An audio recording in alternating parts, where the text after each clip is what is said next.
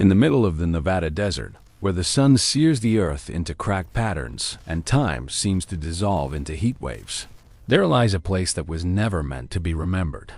A city with no name on modern maps, no postal code, number, visitors, no survivors, just a silence that screams of something buried, something radioactive.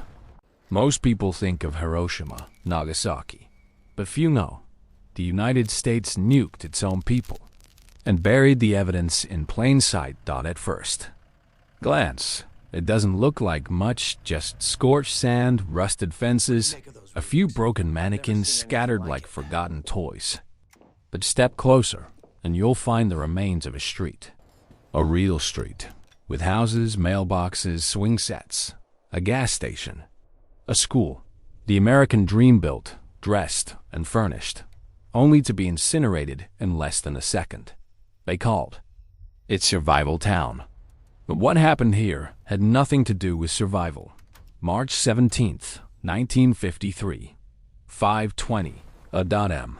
A convoy of black sedans and military trucks snakes through the Mojave darkness, converging on a single point, Area 1 of the Nevada test site, a restricted zone under heavy guard. The officials are suited, the scientists are nervous, the observers have their clipboards ready. Cameras roll 35mm film, black and white, crisp, cold, every detail captured. But not for public eyes. 4 miles from ground zero, nestled behind reinforced bunkers, a crowd watches through blast-resistant windows. Some sip coffee, some light cigarettes with trembling fingers. They have no idea what they're about to see. Then, the countdown begins. 10, 9, 8. Survival Town sits still under the moonlight. Its fake families pose mannequins in kitchen. Chairs, bedsides, and living rooms are frozen in their lifeless routines. 3, 2, 1. A blinding white flash erupts, as if the sun itself has been ripped from the heavens and hurled down into the desert. A pulse of light hotter than the surface of the sun incinerates everything in a half-mile radius. Homes are torn apart like paper. Glass liquefies. Roofs lift into the sky. The shock wave hits seconds later, flattening structures that had somehow survived the heat. The mannequins are blasted apart. Skulls fly through windows. A swing set twists in the air like ribbon in a tornado. What's left is silence, then a slow, rising plume of radioactive dust. The mushroom cloud. They called it Operation Upshot-Knothole. 11 nuclear detonations conducted in the spring of '53. Survival Town was test number 5, codenamed Annie. But the test was never just about physics. It was about people. How would a suburban neighborhood withstand a nuclear attack? How many lives would be lost? Could any part of a city survive? But what they didn't tell the public, what didn't make the newspapers, was that Survival Town wasn't entirely empty. There were rumors, a janitor, a drifter, a soldier left behind, a dog, maybe, to see what real flesh would do in the fire. Declassified memos hinted at biological sampling. Eyewitnesses spoke of unauthorized human exposure. No one knows exactly what or who was in those houses when the sky exploded. But that wasn't the only secret. 15 miles downwind, another town, an actual one, felt the tremors. St. George, Utah, a quiet Mormon community of farmers and schoolteachers. No sirens warned them. No evacuation orders came.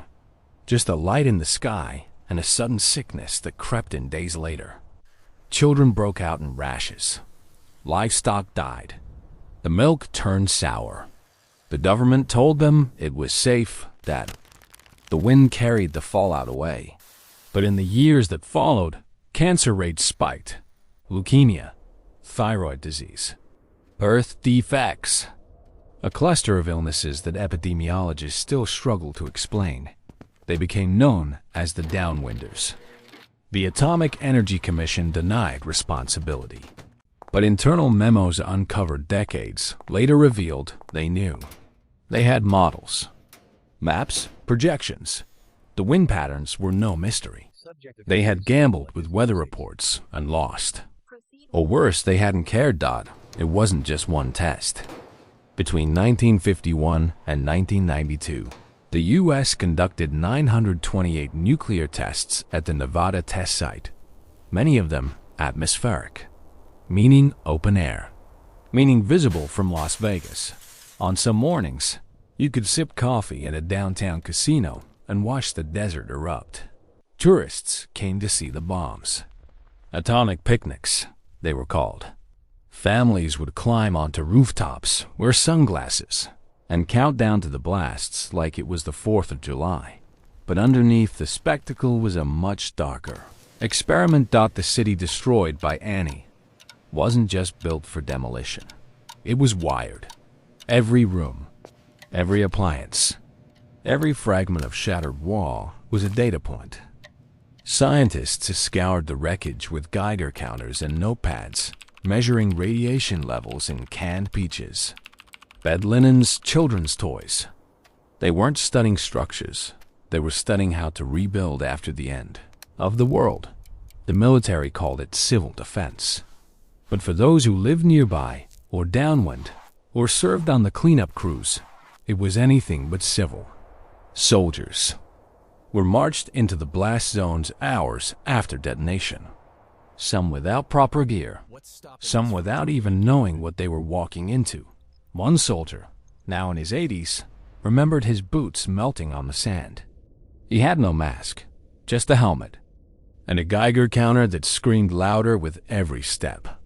He said he saw mannequins melted to vinyl couches, baby dolls with their faces fused, and a smell he never forgot like burnt plastic and ozone, and something worse. Something human. He would develop lymphoma 30 years later. Like many of the others. In 1990, the U.S. government quietly passed the Radiation Exposure Compensation Act, offering payouts to downwinders and nuclear test participants. But for most, the money came too late. A check for $50,000 doesn't heal a ruined body or bring back a child buried at 6 years old. Today, Survival Town is still there. What's left of it? Some of the homes were reconstructed for later tests. Others simply crumbled into the desert. The mannequins are gone. The air is safe, they say. But the soil still hums if you press a meter to it. And the ghosts, if you believe in that sort of thing, never left. There's no plaque, no monument. Just fragments of concrete and wire and scorched bone-colored dirt. Tourists rarely find it. Even locals don't talk about it much. But if you dig deep into the archives, into those black and white reels, the shaky voice recordings, the classified photos you're not supposed to see, you start to piece together a story. Not of just a fake town, but of a government willing to build and burn an entire city just to see what would happen. The bomb was called Annie, but it might as well have been called America.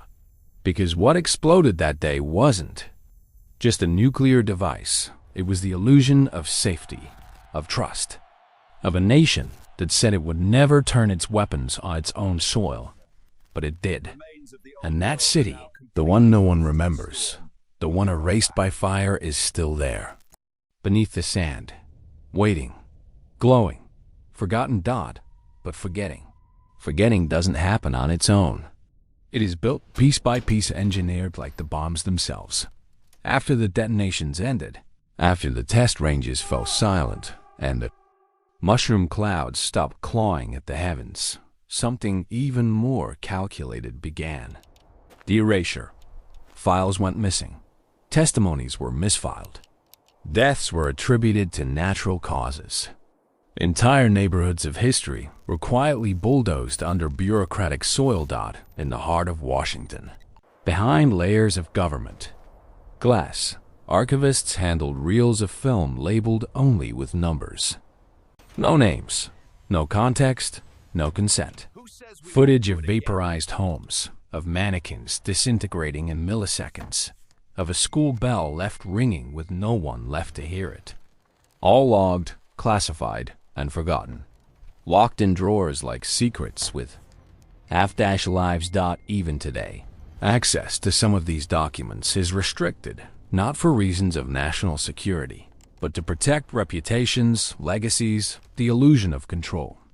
The atomic dream was supposed to be clean, precise, victorious. What Survival Town reveals is that it was anything but. And yet, like all ghosts, it finds ways to rise. Every so often, a photograph surfaces, faded and grainy, showing a smiling family in front of a fake white picket fence. The boy in the picture has no name, because he was never real. He was plastic, stuffed with straw, but the photo was staged so well, so earnestly, that people remember him. They give him names, stories, a soul, because we want to believe we wouldn't build a child just to burn him. But we did. It's easy to say Survival Town was a simulation, an experiment. But the real simulation was psychological. It was teaching people how to forget, how to look away, how to accept that a nation could build a city complete with families, pets, bedrooms, and churches, only to reduce it to radioactive dust and still call it progress. Because it wasn't just about bombs. It was about control. About showing the world that we had the power to unmake civilization and could do it again, anytime. And this unmaking didn't stop in the desert. Thousands of troops were rotated through those blast zones. Known as atomic soldiers, many were told they were safe. That radiation was a myth. They stood with their backs to the detonation, only to turn and march toward the cloud as it climbed the sky. They were told to breathe normally, to keep their eyes open. For training purposes, they said, those men would return home to sterile hospital beds and sealed envelopes. One by one, they died of things the VA couldn't quite explain. In 1980, a report surfaced a leaked memo from the Department of Energy. It described human exposure experiments not just on soldiers, but on civilians. Pregnant women injected with radioactive iodine. Orphans fed contaminated oatmeal. Prisoners irradiated without their knowledge. All in the name of science, or security, or both. The justification. It was a different time.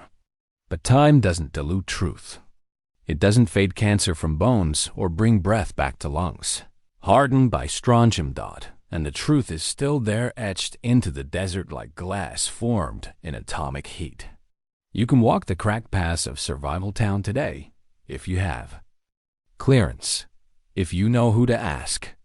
And when you do, you'll see remnants. A rusted refrigerator turned black inside. A child's chair bolted to the floor. A kitchen table with only 3 legs because the 4th was vaporized by the blast. You'll see shadows that don't belong. Impressions on walls where mannequins once stood. Radiation doesn't just kill. It imprints. At night, the wind carries sand across the test site. It whistles through the shell of a grocery store, hums through the metal skeleton of a pickup truck melted into the road. If you listen long enough, it sounds like whispers, like a warning, or maybe an apology. Because what if this place wasn't just a test?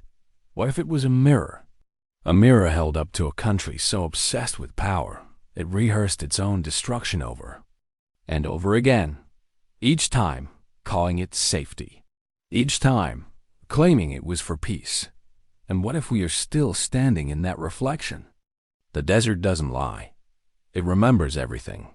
The names carved into the foundation slabs. The boot prints left by cleanup crews. The scorch marks from where the mannequins caught fire.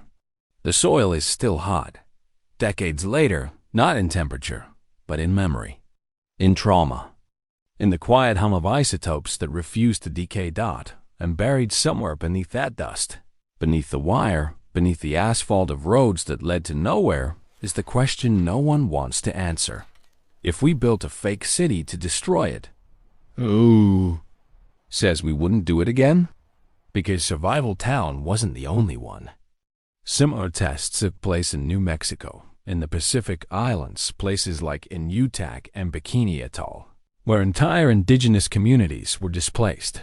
Promises were made, compensation offered, and then, as always, silence. The pattern repeats. Build, burn, forget. But sometimes forgetting fails. In 2012, a researcher working at a Cold War archive stumbled on a mislabeled box. Inside were dozens of color photographs never published. They showed Survival Town. Before the blast, warm, idyllic, haunting in its artificial cheer. A woman mannequin brushing her hair. A living room staged with magazines and fresh fruit. A man in a rocking chair with a paper on his lap, his eyes painted open. The colors were vivid. Too vivid. They made the destruction that followed unbearable to look at. Those images now circulate in niche forums. History blogs, Reddit threads. People argue whether it was ethical, whether it was necessary. But the mannequins don't argue. They just stare, frozen in that moment before the end. And somewhere, in a government warehouse, the original footage of the detonation still exists, perfectly preserved. High speed, slow motion, color corrected. The exact second the light devoured the city, the frame when everything changed. But no one talks about it anymore. No documentaries, no history textbooks. Just a crater in the timeline of American memory. Because to remember Survival Town is to remember what we're capable of doing. To ourselves. It is to admit that the greatest danger wasn't the Soviets, or the bombs, or the fallout. It was the silence, the kind that settles over a desert when the last echo fades, the kind that leaves behind mannequins instead of memorials, the kind that waits, not to be noticed, but to be remembered, because the forgotten city that was nuked by the U.S. isn't just a place on a map. It's a warning, still glowing, still waiting.